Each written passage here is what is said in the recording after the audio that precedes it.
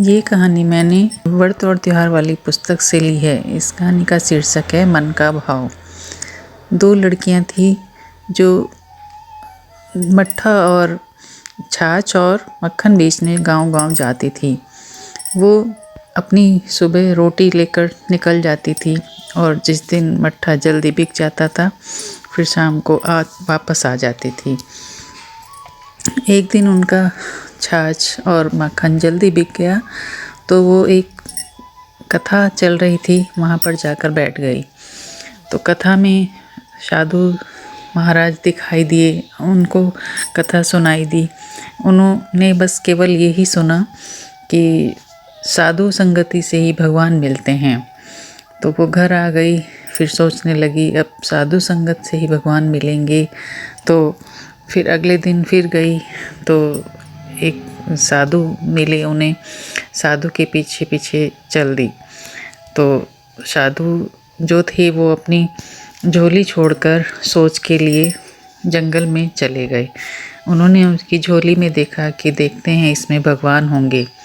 उन्हें उसमें एक स्टील की डिब्बी में कान्हा जी दिखाई दिए। उन्होंने सोचा यही भगवान है, खुश हो गई, हमें भगवान मिल गए, भगवान मिल गए। तो उन्होंने उनको डिब्बी से बाहर निकाला, उनका वस्त्र बिछाया कि देखो भगवान के पैर टेढ़े हो रहे हैं।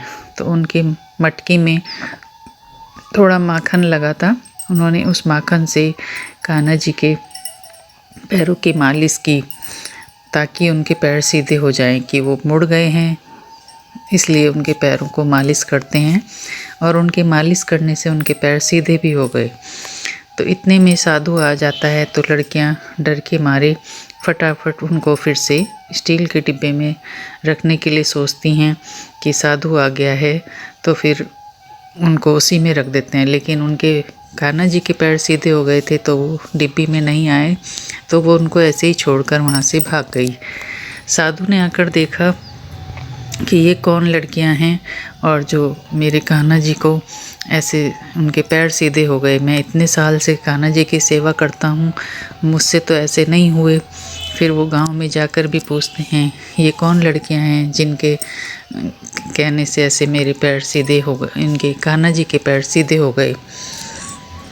फिर वो लड़कियां दूसरे दिन फिर जाती हैं, अपना मट्ठा वगैरह उनका जल्दी बिक जाता है, फिर जाती हैं कथा सुनती हैं। तो वहाँ पर वो सुनती हैं अपने मतलब की बात बस कि राधे राधे बोलो और भव से पार हो जाओगे। तो बस वो यही सोचती हैं कि भव सागर तो बहुत, यहाँ सागर तो है नहीं, यहाँ जमुना जी हैं, हम भी राधे राधे बोलेंगे और भव से पार हो जाएंगे।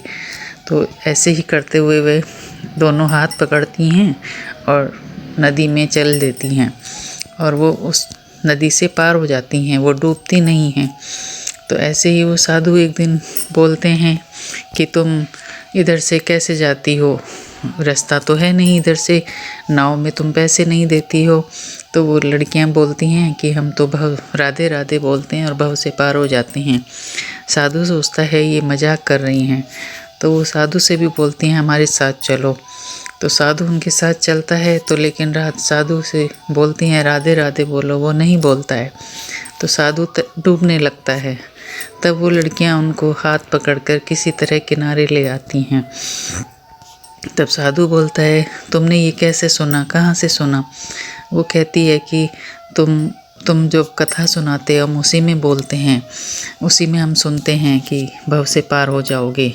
तो साधु बोलता है हम तो ऐसे ही बोलते हैं, कोई ऐसे सच में थोड़ी होता है।